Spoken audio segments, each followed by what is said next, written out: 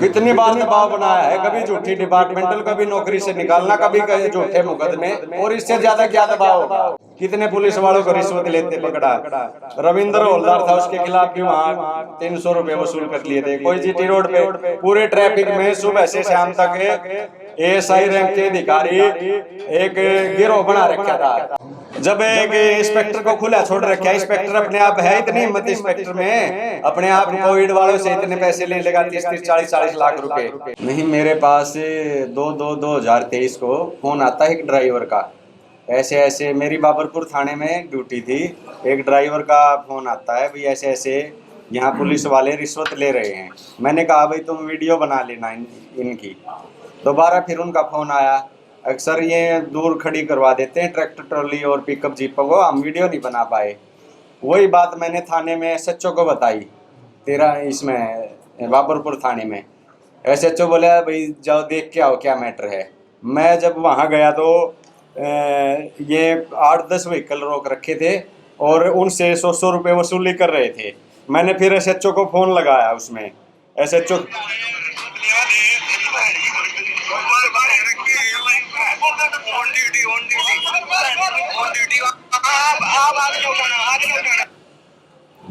यानी कि मेरे साथ ही मारपीट की गई, मेरे साथ ही गाली गलौज किया गया और मेरे खिलाफ ही झूठा मुकदमा बना के मुझे जेल में डाला गया।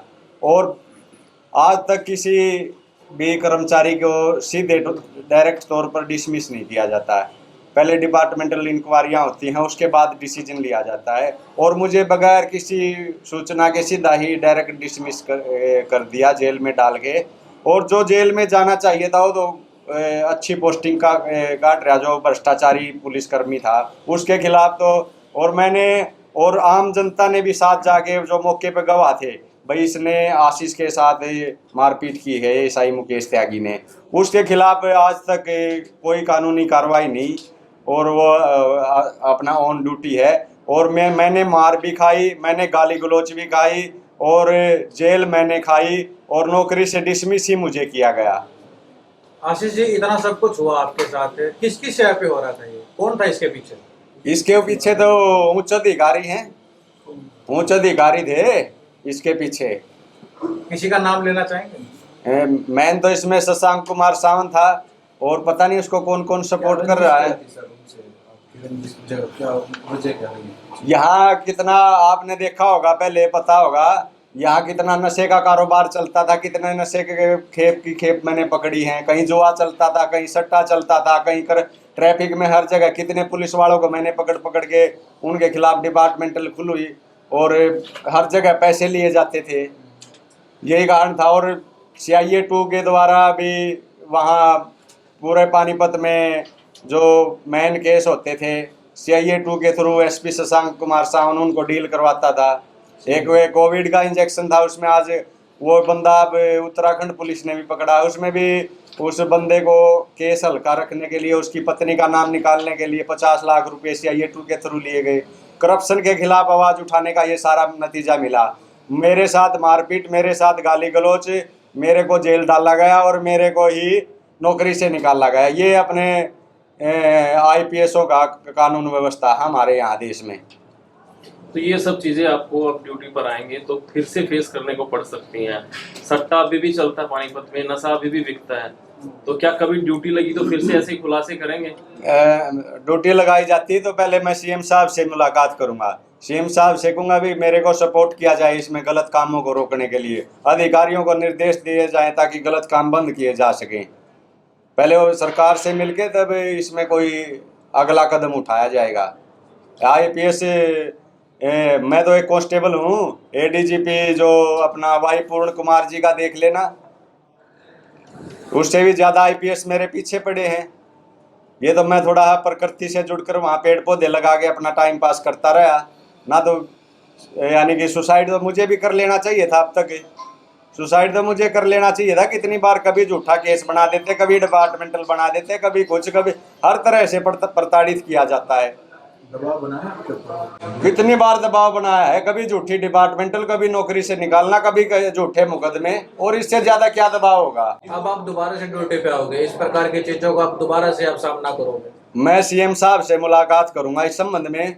सीएम साहब के वहाँ से जो आदेश प्राप्त होंगे मैं उसी के आधार पे देखेंगे। आप ये करेंगे सीएम से मिलेंगे, मुझे पूरा सपोर्ट करें। क्या कोई भी एसएचओ, कोई भी डीएसपी, एसपी ईमानदार नहीं है पूरे डिपार्टमेंट? ईमानदार तो हैं बहुत सारे, मैं ये नहीं कहता भाई ईमानदार नहीं है, ईमानदार भी बहुत हैं, लेकिन जो एक सिस्टम है वो ठीक नहीं है, वो सिस्टम ठीक नहीं है। उसी टाइम एसपी के कार्यकाल में मैंने कितने जुआ सट्टा, कितना नशा पकड़ा है, कितने पुलिस वालों को रिश्वत लेते पकड़ा है। रविंद्र हवलदार था, उसके खिलाफ भी वहाँ 300 रुपये वसूल कर लिए थे। कोई जीटी रोड पे पूरे ट्रैफिक में सुबह से शाम तक एएसआई रैंक के अधिकारी एक गिरोह बना रखा था। 3-4 होमगार्ड होते थे, एक थानेदार होता था। सारा दिन चलान के नाम पे कुछ चालान कर दिए जाते थे, कुछ पैसे अपनी जेब में डाल लिए जाते थे। ये गिरोह बंदी था, ये मैंने तोड़ा था यहाँ पूरे शहर में। जाम क्यों लगता है? पुलिस वालों का ध्यान है जाम खुलवाने। पुलिस का इस ड्यूटी इसलिए लगाई गई ताकि सबको भी चलते रहो, यहाँ रोड जाम ना हो। वे पैसे लेने में लगे रहते हैं, रोड पर जाम नहीं लगेगा तो और क्या होगा। मैंने सारा करप्शन बंद किया, पूरे जवान इस बात के गवाह हैं जो ट्रैफिक में थे। तो करप्शन नीचे से चलता है, ऊपर से इनको निर्देश मिलते हैं? मेरे को तो होमगार्ड से लेके एसपी तक का तो मेरे को करप्शन का पता है उस टाइम का। अब तो पता नहीं क्या सिस्टम है, अब तो मैं काफ़ी दिन से दूर हूँ। शशांक कुमार टाइम में होमगार्ड से लेके एसपी तक का सीआईए के थ्रू करप्शन करवाता था, सीआईए 2 के थ्रू। कितने सारे केस हैं। कोविड में लोगों के जान के लाले पड़े हुए हैं। कोविड का इंजेक्शन बेचने वालों को राह दी जाती, उसकी पत्नी का नाम निकाला जाता 30-40 लाख रुपए देकर। आज इंक्वायरी करवा लो, सीआईए 2 इंस्पेक्टर वीरेंद्र था, जितने भी उसने केस किए सब में पैसे खाए गए हैं। मोटी रकम जो उसने पेश। मैं सरकार से अनुरोध करता हूं, जो शशांक कुमार सावन के टाइम में इंस्पेक्टर वीरेंद्र द्वारा जो भी केस हैंडल किए गए हैं उन सब की ईमानदारी से जांच करवाए ना। हर केस में 2, 4, 5, 10, 20, 50, 60 लाख ऐसे पैसे करप्शन मिलेगा हर फाइल में, हर कागज में। तो आपके अनुसार क्या आईपीएस शशांक कुमार सावन भी करप्ट थे? जब एक इंस्पेक्टर को खुला छोड़ रखा है, इंस्पेक्टर अपने आप है इतनी हिम्मत इंस्पेक्टर में, अपने आप कोविड वालों से इतने पैसे ले लेगा 30-30, 40-40 लाख रुपए है एक इंस्पेक्टर की हिम्मत है। 1 रुपया भी नहीं ले सकता। एसपी की सह बगैर 1 रुपया भी नहीं ले सकता। लेके दिखाओ कोई, जेल में नहीं डाल देंगे। इंस्पेक्टर को जेल जाना क्या बगैर एसपी की परमिशन के पैसे ले गए? तो आपका आरोप ये कि सीआईए ने उगाई के लिए बना रखे हैं? हाँ, उस टाइम सीआईए 2 उगाई गई। मैं तो सीएम से कहूँगा इसकी न्यायिक जांच होनी चाहिए, सीबीआई जांच हो जाए तो हर जो भी फाइल आई है हर फाइल में पैसे भ्रष्टाचार निकलेगा उस टाइम का। आपको यकीन था जीत होगी आपकी? तो 2 साल लगे आपको? नहीं, ये जीत नहीं हो। जिसने मेरे साथ मारपीट की है, जिसने भ्रष्टाचार कर हर रोज 100-200 लोगों को लूटता था, उसकी वीडियो मैं आपको दिखाऊंगा। जो पब्लिक के साथ क्या व्यवहार है, पब्लिक के साथ भी उसकी वीडियो आई। जो एक पुलिस कर्मचारी के साथ मारपीट कर सकता है वो मजे से ड्यूटी करे। हाँ, हमारे को जेल भुगतनी पड़ रही है, हमारे को कोर्टों की तारीख भुगतनी पड़ रही है, हमारे को डिसमिसल भुगतना पड़ रहा है बगैर किसी इंक्वायरी के। तो आपकी तरह तो बहुत सारे ऐसे मुलाजिम होंगे जिस प्रकार आपके साथ हुआ है। हाँ, ऐसा होता है बहुत से कर मुलाजिम भी बहुत कुछ ठीक भी होते हैं मुलाजिम, कुछ पैसे। ये एक पैसे की ऐसी बीमारी है जिसको ये लग जाती है ना, कोई भी होया सारा दिन उसका ध्यान ये रहता है पैसे कहाँ से आएंगे। कर्मचारी जो किसी भी विभाग का होया, सरकारी कर्मचारी होया, सुबह से लेके शाम तक उसकी बस यही होती है भाई पैसा आए, पैसा आए, पैसा आए, पैसा आए। टारगेट दिया जाता है? टारगेट मिलता ट्रैफिक को भी सीआईए? नहीं, पहले कुछ ऐसे होते थे, जैसे सनोली नाका था, ट्रैफिक हाईवे थी। पहले कुछ ऐसे टाइम भी आए हैं जिसमें इंचार्ज 5-5, 7-7, 10-10 लाख रुपए अधिकारियों के पास पहुंचाते थे। पोस्टिंग के लिए इकट्ठा करके पहुंचाते थे मंथली। मकसद अपने आप खुद भी खाओ और उस अधिकारियों को भी खिलाओ। और मकसद क्या था इसमें? कमाओ कूद के मतलब आप मानते हैं? होता था, सिफारिश से लगती थी सनोली नाके के लिए।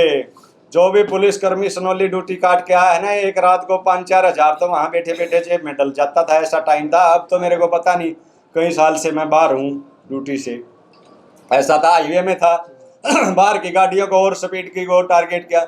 सभी कर्मचारी जो हाईवे में ड्यूटी संभाल का टीएसी में ड्यूटी काटी है, वहाँ देख लो ज्यादातर की सेक्टर में कोठियां बनी हुई हैं 2-2 3-3 करोड़ की। इतना कुछ जिले में हो रहा है, क्या लगता है सरकार को नहीं पता होता इन चीजों के बारे में? मुझे नहीं पता, अधिकारी को तो पता है। अधिकारी के बगैर कोई चौनी लेगा तो दिखाओ। ये उस टाइम की बात है, पहले के टाइम की। दोबारा आप ज्वाइन करेंगे तो क्या इसी तरह से बेबाकी से वो चीजें उजागर करेंगे? क्या मैं रहेगा? सीएम साहब से मिलूंगा, अगर सरकार मेरा सपोर्ट करती है जीरो कर देंगे करप्शन को पानीपत में, पुलिस के करप्शन को जीरो कर देंगे। यदि सपोर्ट नहीं मिला तो क्या करोगे फिर? सपोर्ट नहीं देखता हूँ फिर ऐसे ड्यूटी करने का क्या फायदा है। जब ये पूरा प्रकरण चल रहा था, जब आप इस तरह से काम कर रहे थे, एलिगेशन आप पर भी आए थे कि पहले आपकी भी कुछ रिश्वतखोरी के मामले उजागर हुए थे, उस टाइम पे आरोप लगे थे। हाँ हाँ, तो वो क्या मामला था? मेरे ऊपर कोई आरोप नहीं है रिश्वतखोरी का, आज तक एक चौनी का भी आरोप नहीं है। ऐसा कोई मेरे ऊपर ना तो आरोप लगा है और ऐसी ना कोई ऑन रिकॉर्ड है, ये तो डॉक्यूमेंट चेक कर सकते हैं आप लोग। मेरे ऊपर रिश्वतखोरी का कोई आदेश नहीं है, कोई मामला तो आरोप दर्ज था पहले भी आपका? कोई पहले मामला दर्ज था, आप जेल भी गए थे पहले? नहीं, मैं जेल में नहीं गया, पहली बार गए थे जेल? मैं पहली बार जेल गया हूँ। कितनी उम्मीद थी आपको कि भाई बहाल हो जाओगे या उम्मीद छोड़ चुके थे? सही बताऊं ना, मेरा तो विश्वास ही उठ चुका है। जो आईपीएसओ ने लॉबी बना रखी है ना, आईपीएस लॉबी बना रखी है।